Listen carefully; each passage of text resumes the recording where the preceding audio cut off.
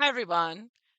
So in this video, I'm going to be looking at Amanda Knox's voluntary statement that she made the day after her boyfriend threw her under the bus.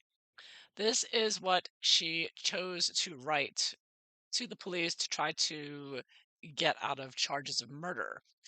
This is on November 6th, 2007. The evening before, her then boyfriend, Raphael Solechto, had told the police that Amanda Knox was out for the evening. He didn't know where she went.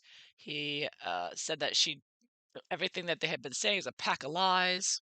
So uh, then that's when the police confronted Amanda Knox and said, "Where were you?"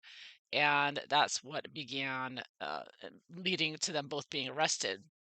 Now, in this memorale, Amanda Knox tries to turn around and throw Raphael under the bus after he's thrown her. So this is where the two of them were accusing each other of lying and trying to turning on each other. It did start with Raphael, but then she turned around in this letter, and you can see there's a couple of things here where she throws suspicion on him, but she does it very subtly and creatively.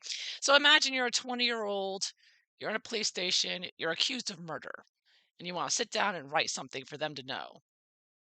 Now, I don't know about you. It seems to me any 20-year-old would be saying, "I didn't do it. I didn't do it. It wasn't there. You got to believe me." No, she starts this off. I remember she's a creative writing major. She says, "All of this is very strange. I know. But really, what has happened is just as confusing to me as it is to everyone else.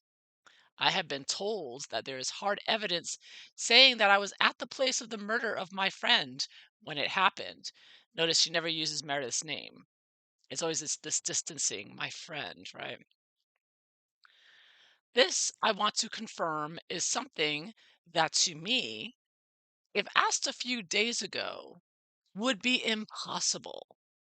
So you see that the way she explains things, she's all over the place. She's being very evasive, you can see the deception going on here. You can see that she is trying to avoid just saying outright yes or no. Did you do it? It's no. If you asked me a few days ago, I'd have to think about it. But if you asked me yesterday, I'd be leaning towards this way. Anyways, what I'm gonna get to, we're gonna get to the end. I'm gonna skip through some of this. You can read it yourself. You can also find it on truejustice.org. They have all these documents. Um, and then she says, "I know that Raphael has placed evidence against me, saying I left him during the night of Meredith's murder. But let me tell you this. In my mind, there are things I remember and things that are confused." You can't make this stuff up. "My account of this story goes as follows, despite the evidence stacked against me. Her boyfriend just accused her, took away her alibi, and she has no alibi for the night of the murder. She's like, well, this is my account."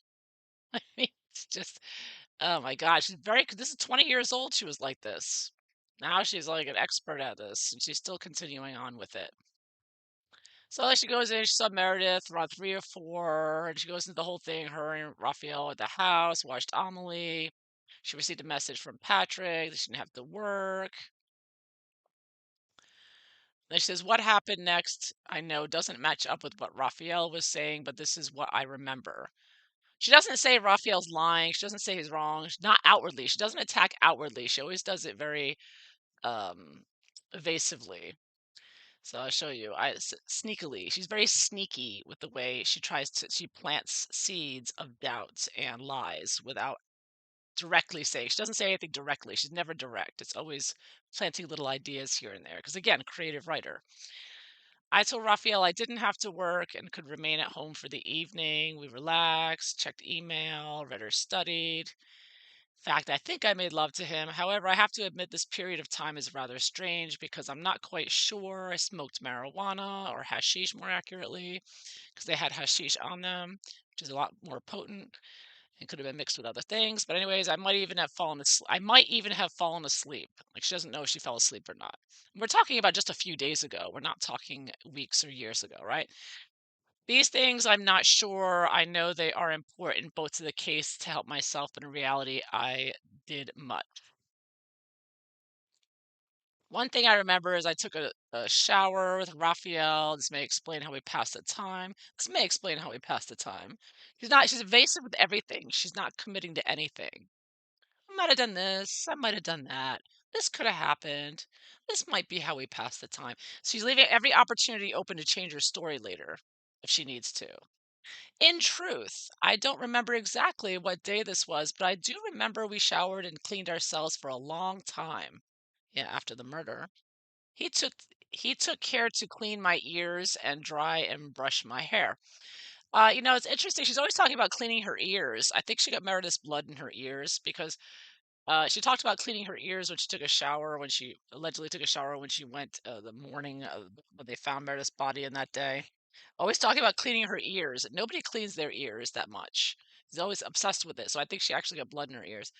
Anyways, in regards to things I know for sure happened, the night that Meredith was murdered, now she's using her name instead of my friend, was that Raphael and I ate fairly late. I thought around 11 in the evening. Okay, this is where she throw uh, accusations on Raphael and accuse him of the murder. Although I can't be sure because I didn't look at the clock, after dinner I noticed there was blood on Raphael's hand. So now this version of events only came out after Raphael threw her under the bus and took away her alibi. Then suddenly Amanda says, "You know what? I just recalled when we were eating dinner, Raphael had blood on his hand." And then she says, "But I was under the impression it was blood from the fish." No, fish don't bleed blood like that. Not cleaned fish from the store. But anyways, there's the first indication. There's another one. After we ate, Raphael washed the dishes, but the pipes under his sink broke. Water flooded. Didn't have a mop.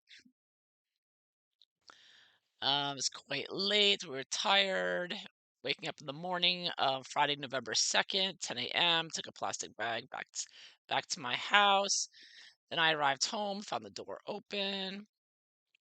In regards to the confession I made last night, I want to make clear I'm very doubtful of the veracity of my statements. Okay, so now we're getting into what she's going to court for. She's trying to get out of accusing Patrick Lumumba, a perfectly innocent person, of murder. And this is what she wrote. Okay, this is what she wrote voluntarily, no pressure. So the statements she's saying are very doubtful to her because they were made under the pressure of stress and shock and extreme exhaustion. Not only was I told I would be arrested and put in jail for 30 years because Raphael took away her alibi, but I was also hit in the head when I didn't remember a fact correctly. I understand the police are under a lot of stress. So I understand the treatment I received. So now she's trying to buddy up to the police, like, I'm working with you. I'm one of you. We're working together to help solve this crime together, right? So very manipulative here in what she's writing. Because, she's not telling you what happened. She's saying, I know you're under a lot of stress. I understand. I'm trying to help you here. I'm with you. This is when she was 20, she was this manipulative. Um, so then she goes in, then she says, however, it was under this pressure and after many hours of confusion that my mind came up with these answers. My mind came up with these answers. See, she just is completely insane, but she's crazy like a fox, right? She still is. So, okay, this is what she said. In my mind, so her mind's making up the answers, not her. So again, she's trying to find a way out of it if she needs to later on with this story. In my mind, I saw Patrick in flashes of blurred images. I saw him near the basketball court. I saw him at my front door. I saw myself cowering in the kitchen with my hands over my ears because in my head I could hear Meredith screaming. But I've said many times so as to make myself clear, she's making herself clear, these things seem unreal to me like a dream, and I am unsure if they are real things that happened or are just dreams my mind has made to try to answer the questions in my head. And the questions I'm being asked But the truth is, I'm unsure about the truth, and here's why. Okay, so now we get to the second time she throws Raphael under the bus. The police have told me they have hard evidence that proves I was in the house, my house, at the time of Meredith's murder. I don't know what that proof is, but if it's true, that means I am very confused and my dreams must be true. So here she's confirming, well, if this is true, then my dreams must be true. Then number 2, my boyfriend has claimed I have said things that I know are not true. I know I told him I didn't have to work that night. I remember that moment very clearly. I also never asked him to lie for me. That is absolutely a lie. And here we go to the second part here. She's accusing. So not only did Raphael have blood in his hand, here we go. What I don't understand is why Raphael, who has always been so caring and gentle with me, would lie about this. What does he have to hide?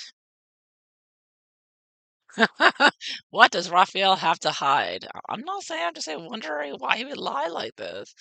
I don't think he killed Meredith, but I don't think he killed her, she says. I don't think he killed her, but I do think he is scared like me.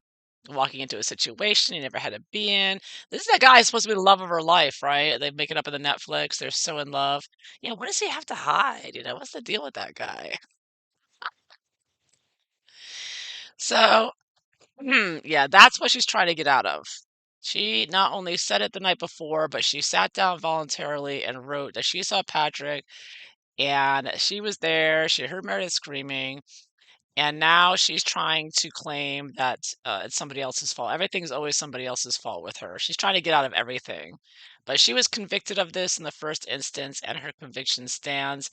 And hopefully, that she's not able to use some kind of pressure to the courts to try to pervert justice again.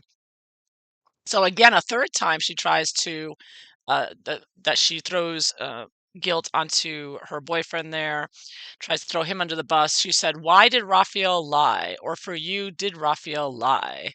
Why did I think of Patrick?" She asked the police. Why did I think of? She's asking the police why she thought of Patrick.